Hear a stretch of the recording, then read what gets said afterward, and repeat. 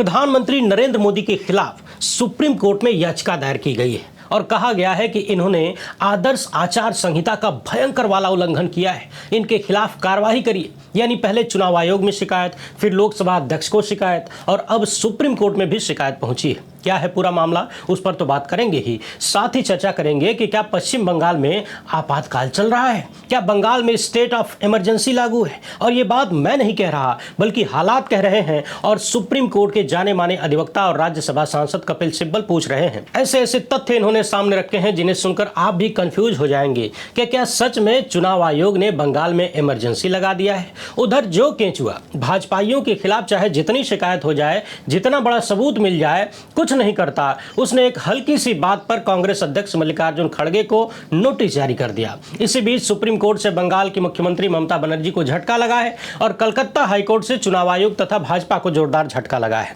इस वीडियो में हम ऐसे तमाम मुद्दों को छुएंगे जो स्पष्ट रूप से दिखाते हैं और सवाल करते हैं कि क्या भारत में अब लोकतंत्र सिर्फ कागज पर ही बचा है और क्या अब तोप दिखाकर, बड़े बड़े हथियार दिखाकर, सेना दिखाकर विपक्षी पार्टियों को डराया जाएगा। क्या गुजराती जोड़ी के लिए सत्ता इतनी जरूरी हो गई है कि चाहे भारत की पूरी व्यवस्था को तहस नहस कर देना पड़े लेकिन सरकार बनाइए के छोड़ेंगे। क्या बंगाल को लेकर इन लोगों ने आखिरी हद की जिद पाल लिया है। मसला बड़ा गंभीर है, इसलिए आखिर तक सुनिएगा। चौंकाने वाले तथ्य सामने आए हैं। पहली बार है तो चैनल को सब्सक्राइब करके घंटी बजा दीजिए टन से। हर वीडियो को लाइक और शेयर करना आपकी जिम्मेदारी है। इसके अलावा आप जानते हैं कि हम किसी धन्ना सेठ या राजनीतिक दल के दम पर चलते नहीं, तभी खुलकर आपके मुद्दों पर बात हो पाती है। हमारा काम पसंद आता हो तो इसके QR कोड या फिर मोबाइल नंबर का प्रयोग करते हुए जो भी हो सके आर्थिक सहयोग भेजने का प्रयास जरूर करें। बहुत बहुत धन्यवाद। सबसे पहले इस खबर को देखिए। केरल की पूर्व सांसद TN प्रतापन ने सुप्रीम कोर्ट में याचिका दायर किया और इस याचिका के माध्यम से सुप्रीम कोर्ट से मांग किया है कि प्रधानमंत्री नरेंद्र मोदी ने 18 अप्रैल को जो भाषण दिया था उसके खिलाफ कार्यवाही करिए, यानी कार्यवाही का निर्देश दीजिए। आपको याद तो होगा ही 17 अप्रैल को जब परिसीमन वाला बिल लोकसभा में गिर गया तो पूरा का पूरा भाजपाई सिस्टम बौखला गया, एकदम चिलबिला गया और बौखलाहट इतनी हो गई कि खुद प्रधानमंत्री को आदर्श आचार संहिता लागू होने के दौरान टीवी पे आके 29 मिनट तक इसकी टोपी उसके सर करने की जरूरत पड़ गई। ये शब्द इसलिए क्योंकि बिल गिरा था परिसीमन वाला और रोना रोया जा रहा था महिला बिल का। इस याचिका में कहा गया है कि भाषण का यह प्रसारण चुनावी लाभ के लिए सरकार की व्यवस्था और आधिकारिक मीडिया का दुरुपयोग था। इसमें विशेष तौर पर विपक्षी राजनीतिक दलों का नाम लेकर निशाना बनाया गया था और संविधान या किसी भी कानून के तहत इसकी मंजूरी या अधिकार नहीं लिया गया था। कांग्रेस के पूर्व सांसद ने सुप्रीम कोर्ट से कहा कि चुनाव आयोग की यह निष्क्रियता मनमानी है, असंवैधानिक है और अपने गंभीर संवैधानिक दायित्वों का उल्लंघन है। यानी चुनाव आयोग प्रधानमंत्री के खिलाफ कुछ कर ही नहीं रहा। स्पष्ट सबूत हैं, आरोप हैं, लेकिन कोई कार्रवाई नहीं। इसलिए मजबूरी में कांग्रेस के पूर्व सांसद TN प्रतापन को सुप्रीम कोर्ट जाना पड़ा है। हमने देखा कि पहले कांग्रेस और अन्य विपक्षी दलों तथा देश के 700 से भी ज्यादा पूर्व अधिकारियों, शिक्षाविदों और सामाजिक कार्यकर्ताओं ने चुनाव आयोग से शिकायत किया कि प्रधानमंत्री ने जो भाषण दिया है वो पूरी तरह से नियमों के खिलाफ है, इन पर कार्रवाई करिए। केंचुआ ने कुछ नहीं किया। इसके बाद हमने इस वीडियो में आपको दिखाया था कि कैसे कांग्रेस नेता KC वेणुगोपाल ने लोकसभा अध्यक्ष को विशेषाधिकार हनन का नोटिस दिया और कहा है कि प्रधानमंत्री ने जो भाषण दिया उसमें उन्होंने चुने हुए सांसदों के विशेषाधिकार का हनन किया है, इसके खिलाफ कार्रवाई करिए। और अब देखिए मामला सुप्रीम कोर्ट भी पहुंच चुका है। कांग्रेस सांसद ने याचिका में कहा है कि प्रधानमंत्री का भाषण जिस लहजे में दिया गया और उसमें जो कंटेंट था वो दोनों ही स्पष्ट रूप से पक्षपातपूर्ण है। भाषण के दौरान उन्होंने बार बार कांग्रेस, TMC, DMK और समाजवादी पार्टी जैसे विपक्षी दलों का नाम लेकर उनकी आलोचना किया और नारी शक्ति बंधन संशोधन के विरोध के लिए उन्हें जिम्मेदार ठहराया और तो और वोटरों से वोटिंग के माध्यम से विपक्षी पार्टियों को जवाब देने का आह्वान किया। और यह भाषण उस वक्त दिया जा रहा था जब चुनाव चल रहे थे। यह स्पष्ट रूप से सत्ताधारी दल की संभावनाओं को बढ़ावा देकर विपक्षी पार्टियों को नुकसान पहुंचाने का एक प्रयास था और तो और इन सब में सरकारी व्यवस्था और संसाधन का दुरुपयोग किया गया। यानी जनता के टैक्स के पैसे से चलने वाले टीवी चैनल और रेडियो पर इसका प्रसारण किया गया, जो कि सीधे सीधे आदर्श आचार संहिता का उल्लंघन है। अब सुप्रीम कोर्ट से डिमांड किया गया है कि चुनाव आयोग तो कुछ कर नहीं रहा, आप ही MCC नियमों के उल्लंघन के लिए कार्यवाही का निर्देश दीजिए। बाकी सुप्रीम कोर्ट कितना क्या कर सकता है या करेगा, इसका अंदाजा लगाने के लिए मुझे लगता है कि आप दर्शक सक्षम हैं, क्योंकि ये वही सुप्रीम कोर्ट है जिसने SIR के मामले में केंचुआ से सवाल करने और SIR की वैधता जांचने की बजाय खुद अपने लोगों को लगाकर SIR करवा लिया। हाल ही में जब सुप्रीम कोर्ट ने कहा कि वोटिंग से 2 दिन पहले जितने लोगों का नाम फाइनल हो जाएगा यानी जो 27 लाख अपील पड़ी है इससे भी ज़्यादा है पश्चिम बंगाल में, उसमें जितने लोगों का नाम पहले चरण की वोटिंग से 2 दिन पहले फाइनल हो जाएगा वो लोग वोट डाल पाएंगे, और दूसरे चरण के लिए भी 2 दिन पहले फाइनल हो जाएगा तो वो लोग वोट डाल पाएंगे। अब जरा इस खबर को देखिए और अपना माथा पीट लीजिए। चुनाव आयोग ने पहले चरण की वोटिंग से पहले 27 लाख जो अपील थी उनमें से 136 वोटरों को शामिल किया है। एक बार फिर से सुन लीजिए, अपीलें अटकी पड़ी हैं 27 लाख से ज्यादा, और ये सारी अपील अटकी है केंचुआ की कमजोरी से। वो काम नहीं कर पाया और चुनाव आयोग की लापरवाही, उसकी कमजोरी, उसकी नपुंसकता का परिणाम देश की जनता को झेलना है। 27 लाख अपीलों में 136 वोटरों को शामिल किया गया है। अब आप सोच लीजिए कि देश का चुनाव आयोग क्या कर रहा है और किसके लिए कर रहा है, किसके इशारे पर कर रहा है। हमको कुछ नहीं कहना है, कहे कि बिना कहे भी वीडियो गायब कर दी जाती है, चैनलों पर लगातार पाबंदियां लगाई जा रही हैं, मगर सवाल यह है कि क्या इस देश की जनता किसी भी हद के लिए तैयार हो चुकी है। 23 अप्रैल को पश्चिम बंगाल और तमिलनाडु में वोटिंग हो रही है। इससे पहले प्रधानमंत्री ने भाजपा के तमाम नेताओं ने, याद करिए, यूपी के मुख्यमंत्री पश्चिम बंगाल में जाकर सीधे सीधे धार्मिक उन्माद वाली बात करते हैं, धर्म के नाम पर भड़काने की कोशिश करते हैं, बंटवारा करते हैं, वोट मांगते हैं, यानी खुलेआम आदर्श आचार संहिता की धज्जियां उड़ाई जा रही हैं। अमित शाह उसी पश्चिम बंगाल में जाकर खुली धमकियां दे रहे हैं, लेकिन भाजपा नेताओं के खिलाफ कोई कार्रवाई नहीं होती। जबकि किसी कार्यक्रम में कांग्रेस अध्यक्ष मल्लिकार्जुन खड़गे ने प्रधानमंत्री मोदी को कहा कि वो लगातार विपक्षी दलों को, विपक्षी नेताओं को डराने धमकाने यानी आतंकित करने का काम करते हैं। इसी परिप्रेक्ष्य में आतंकी कह दिया। अब यदि आप शब्दों में कमजोर हैं तो प्रथम दृष्टया यही नजर आएगा कि आतंकी का मतलब होता है एकदम हथियार लेके तैनात है कि 47 56 जो कहीं भी किसी को मार सकता है। मगर ध्यान रहे, आतंक का मतलब होता है डर पैदा करना। यदि आप किसी को डरा रहे हैं तो आप आतंकित कर रहे हैं, और आतंकित करने वाला आतंकी होता है। अपने बयान पर सफाई देते हुए मल्लिकार्जुन खड़गे ने कहा था कि चूंकि नरेंद्र मोदी और उनकी सरकार के पास ईडी, सीबीआई, इनकम टैक्स और तमाम एजेंसियां हैं, तो ये विपक्षियों को डराते हैं, आतंकित करते हैं, छापेमारी करते हैं। यानी उन्होंने अपने बयान पर सफाई भी दे दिया कि आतंकित करने का मतलब क्या है, क्यों कहा गया। मगर फिर भी भाजपा चुनाव आयोग से शिकायत करती है और चुनाव आयोग कांग्रेस अध्यक्ष को तुरंत नोटिस जारी कर देता है, जवाब मांग लेता है। इसी बयान को लेकर गृहमंत्री अमित शाह पश्चिम बंगाल में जाकर विक्टिम कार्ड भी खेलना शुरू कर देते हैं कि हमारे नेता को गरियाया जा रहा है। मगर नेता लोग नेतागिरी करें तो बात अलग है, चुनाव आयोग जो नेतागिरी कर रहा है ये बड़ा खतरनाक है। एक तरफ भाजपाई नेता खुलेआम लगातार डंके की चोट पर आदर्श आचार संहिता का उल्लंघन करते हैं, देश भर से लोग शिकायत करते हैं, कोई कार्रवाई नहीं। दूसरी तरफ कांग्रेस के दलित अध्यक्ष मल्लिकार्जुन खड़गे कोई बात दूसरे परिप्रेक्ष्य में भी कह दें, भाजपा वाले शिकायत कर देते हैं तो केंचुआ तुरंत नोटिस जारी कर देता है।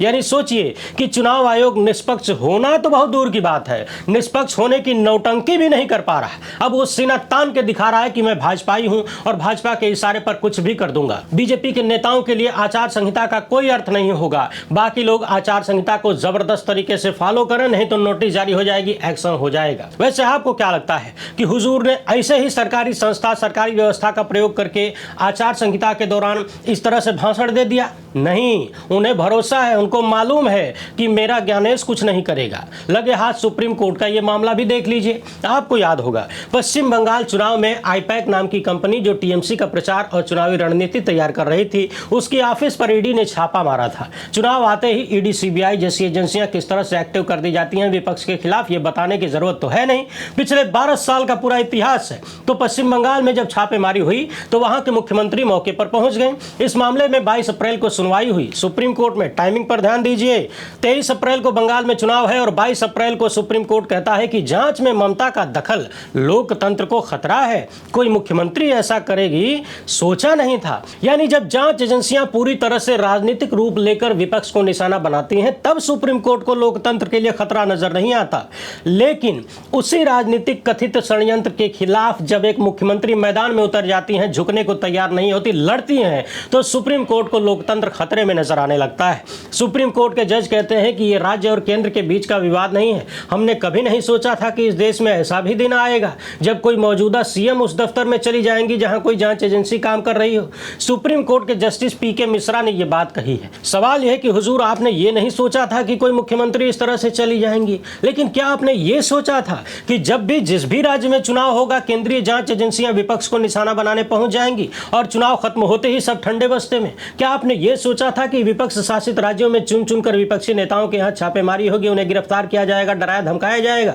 ईडी ने सुप्रीम कोर्ट में कहा है कि उनके अधिकारों का उल्लंघन हुआ है। तो ममता बनर्जी के वकील अभिषेक मनु सिंघवी ने कहा कि ईडी को जांच करने का कोई मौलिक अधिकार नहीं है, यह सिर्फ उनका काम है, कोई अधिकार नहीं। तो सुप्रीम कोर्ट ने 4 महत्वपूर्ण बातें कही। पहला ये कि असल में ये किसी व्यक्ति का काम है, इसे पूरे सिस्टम या लोकतंत्र का विवाद बताना ठीक नहीं है। संविधान बनाते समय किसी ने नहीं सोचा होगा कि एक मुख्यमंत्री किसी जांच एजेंसी के दफ्तर में पहुंच जाएंगी। सिर्फ कानूनी सिद्धांत से काम नहीं चलेगा, हमें जमीन की हकीकत भी देखनी होगी। संविधान की व्याख्या बदलती रहती है, हर नए हालात में कोर्ट को नए सिरे से सोचना पड़ता है। यानी देखिए कि तमाम संवैधानिक संस्थाएं किस तरह से चलती हुई कार्रवाई करती हुई नजर आ रही हैं। मैं यहां किसी पर कोई सवाल नहीं उठा रहा, सवाल उठा भी नहीं सकता, मगर मुद्दा यह है कि पश्चिम बंगाल में जो हो रहा है, चुनाव आयोग से लेकर तमाम जांच एजेंसियां जो कर रही हैं, वो किसे नहीं दिख रहा है? दिख नहीं रहा या फिर जानबूझ के आंखें बंद कर ली गई हैं। उधर आपको याद होगा चुनाव आयोग ने पश्चिम बंगाल में उपद्रवियों की एक लिस्ट जारी किया था। टीएमसी ने इसे लेकर सवाल उठाए और कहा कि चुन चुनकर टीएमसी कार्यकर्ताओं नेताओं के नाम इसमें शामिल किए गए हैं ताकि चुनाव को प्रभावित किया जा सके। मामला कलकत्ता हाई कोर्ट पहुंचा। हाई कोर्ट ने उस लिस्ट पर रोक लगा दिया और कहा कि चुनाव आयोग इस तरह का काम नहीं कर सकता। इस तरह से सूची जारी करना लोगों के मतदान के अधिकार का हनन है। इसके अलावा चुनाव आयोग से कोलकाता हाई कोर्ट ने यह भी पूछा कि जब पहले से ऐसी स्थिति से निपटने के लिए तमाम उपाय हैं, तो फिर ये लिस्ट जारी करने की जरूरत तुमको क्या पड़ गई केंचुआ? यानी ऐसा लग रहा है कि केंचुआ पश्चिम बंगाल में किसी भी तरह बीजेपी की सरकार बनवा देना चाहता है। इस मामले में कलकत्ता हाईकोर्ट ने चुनाव आयोग और बीजेपी दोनों को बड़ा झटका दिया। उधर टीएमसी का दावा है कि पश्चिम बंगाल के मुख्य निर्वाचन अधिकारी मनोज कुमार अग्रवाल भाजपा के इशारे पर काम कर रहे हैं और चुनावी प्रक्रिया को प्रभावित करने की कोशिश कर रहे हैं। पर्यवेक्षकों पर दबाव डाला जा रहा है। चुनाव आयोग और बीजेपी के बीच जबरदस्त गठजोड़ चल रहा है। पश्चिम बंगाल के सीईओ अधिकार से बाहर जाकर काम कर रहे हैं। पर्यवेक्षकों को निर्देश देने का अधिकार उनके पास नहीं है, लेकिन वो मीटिंग कर रहे हैं, निर्देश देते हैं। यानी चुनावी पर्यवेक्षकों पर दबाव बनाकर मनमानी करवाना चाहते हैं। कुछ व्हाट्सएप चैट शेयर करते हुए तृणमूल कांग्रेस ने लिखा है कि यहां चुनाव अधिकारियों के बीच भी काफी सारा मतभेद है। यानी कुल मिलाकर पश्चिम बंगाल का चुनाव विवादों का इतिहास, नया इतिहास बनाता जा रहा है। उधर पश्चिम बंगाल में चुनाव से पहले जिस तरह से सैन्य बल तैनात किए गए हैं, यानी सीएपीएफ को लगाया गया है, वो भी अभूतपूर्व लग रहा है। सुप्रीम कोर्ट के जाने माने अधिवक्ता और राज्यसभा सांसद ने कहा है कि बंगाल में स्टेट ऑफ इमरजेंसी लग रही है। चुनाव आयोग को बुरी तरह से लताड़ा है और कहा है कि ये राज्य के तंत्र का घोर दुरुपयोग हो रहा है। ऐसा लगता है कि पश्चिम बंगाल में आपातकाल लागू हो गया है। कपिल सिब्बल ने सीधे तौर पर मुख्य चुनाव आयुक्त ज्ञानेश कुमार पर भाजपा के साथ मिलीभगत करने का आरोप लगाया और कहा कि ऐसा लगता है ज्ञानेश कुमार किसी भी हाल में पश्चिम बंगाल में भाजपा की जीत सुनिश्चित करना चाहते हैं। कपिल सिब्बल कहते हैं कि चुनाव में पार्टियां चुनाव लड़ती हैं, सरकारें नहीं, लेकिन यहां सरकार चुनाव लड़ रही है। गुजरात से 5000 लोगों को विशेष ट्रेनों से पश्चिम बंगाल ले जाया जा रहा है। जो लोग घर जाना चाहते थे गुजरात से, उन पर तो लाठीचार्ज कर दिया, लेकिन भाजपा के लोगों को पश्चिम बंगाल ले जाने के लिए एक विशेष ट्रेन चलाई गई। कपिल सिब्बल ने कहा कि अगर रेलवे भाजपा के लोगों को पश्चिम बंगाल ले जा रहा है तो यह सीधे तौर पर आदर्श आचार संहिता का उल्लंघन है। यह चौंकाने वाला है। ऐसा लगता है कि पश्चिम बंगाल में भारत के संविधान के बाहर आपातकाल की स्थिति पैदा कर दी गई। इस आपातकाल में केंद्रीय सशस्त्र पुलिस बलों की 2400 प्लाटूनें तैनात की गई, जिनका अर्थ है कि 24 लाख सीएपीएफ कर्मी, यानी हर 100 लोगों पर एक सीएपीएफ कर्मी तैनात किया गया है। कपिल सिब्बल ने कहा कि ऐसा लगता है इस चुनाव में भाजपा नहीं बल्कि सीएपीएफ और चुनाव आयोग चुनाव लड़ रहे हैं, जो कि राज्य तंत्र का घोर दुरुपयोग है। वरिष्ठ अधिवक्ता ने कहा कि जम्मू कश्मीर में भी इतने सीएपीएफ जवान नहीं होते जितने पश्चिम बंगाल में लगा दिए। जब मणिपुर में लगातार हिंसा जारी है, तब इतनी फोर्स पश्चिम बंगाल में लगाई जा रही है। यानी मणिपुर जल रहा है, उसका ख्याल नहीं है। चुनाव जहां है वहां इतनी फोर्स लगाई जा रही है। हमारे देश में आखिर चल क्या रहा है? कपिल सिब्बल कहते हैं कि सब चुप हैं, कोई संस्था जवाब नहीं दे रही। हम चुनाव आयोग के मुखिया ज्ञानेश कुमार से क्या उम्मीद करें जवाब की? वो तो खुद ही भाजपा की तरफ से चुनाव लड़ रहे हैं। भाजपा के नेता चाहे किसी भी तरह का भाषण देते रहे, उनके खिलाफ कोई कार्रवाई नहीं होती। भारतीय जनता पार्टी के खिलाफ एक महिला खड़ी है पश्चिम बंगाल में और आपने पूरे देश की ताकत दांव पर लगा दिया। ये लोकतंत्र के लिए बहुत ही खतरनाक बात है। कपिल सिब्बल कहते हैं कि पश्चिम बंगाल में माहौल को अस्थिर करने के लिए देश की पूरी ताकत का इस्तेमाल किया जा रहा है। आप लोग भी जरा इन तस्वीरों को देखिए। इनके बारे में दावा किया जा रहा है कि पश्चिम बंगाल की सड़कों पर इस तरह से युद्ध वाला माहौल बनाया गया है। सवाल है कि चुनाव हो रहा है या जंग? जहां ऐसा माहौल बनाना था वहां तो 3 दिन में नानी याद आ गई। सीज फायर का ऐलान करने की भी हिम्मत नहीं हुई। और यहां घर के भीतर, यानी देश के भीतर जनता को आप दिखा रहे हैं, हथियार दिखा रहे हैं। इतनी सारी नौटंकी करने से बेहतर तो यही था कि डायरेक्ट इमरजेंसी लगा देते, पूरी सत्ता हाथ में आ जाती। कपिल सिब्बल कह रहे हैं कि मुख्य चुनाव आयुक्त को ये शक्तियां कहां से मिलती हैं। 483 अधिकारियों का तबादला हो चुका है। इस देश में किसी के पास भी असीमित शक्ति नहीं है। मुख्य चुनाव आयुक्त का कर्तव्य यह सुनिश्चित करना है कि भाजपा किसी भी तरह इस चुनाव में जीत जाए। पश्चिम बंगाल में लोगों को मताधिकार से वंचित करने के लिए तार्किक विसंगति जैसा जुगाड़ बिठाया गया।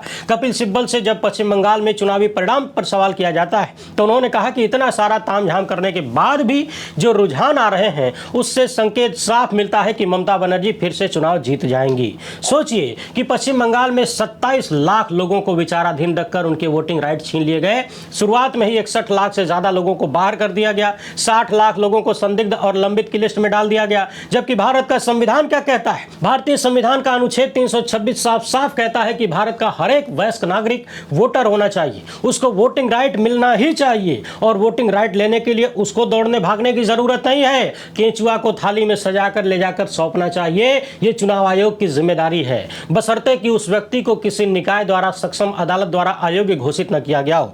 अब सवाल यह है कि क्या पश्चिम बंगाल में लाखों की संख्या में लोग अयोग्य घोषित कर दिए गए थे और तो और जिनका मामला फाइनल नहीं हो सका, चुनाव आयोग जांच नहीं कर सका, जिसके पास तमाम कागजात मौजूद हैं, उन सब की क्या गलती है? आपने सबका वोटिंग राइट छीन लिया और इतने बड़े बड़े कांड होने के बाद भी सारी संस्थाएं मौन है, गुलामी का इतिहास लिख रही हैं। हालांकि संस्थाएं वही मजबूत होती हैं जहां जनता मजबूत होती है। यानी जब जनता अपने अधिकारों को लेकर स्टैंड लेती है तभी संस्थाएं स्टैंड हो पाती हैं, वरना ऐसे ही सब लौट जाते हैं जैसे अमृत काल में लौटे हुए हैं। वीडियो पसंद आई हो तो ज्यादा से ज्यादा लोगों तक पहुंचाएं। पहली बार है तो चैनल को सब्सक्राइब कर लीजिए। हमसे जुड़ने के लिए बहुत बहुत धन्यवाद। जय हिंद।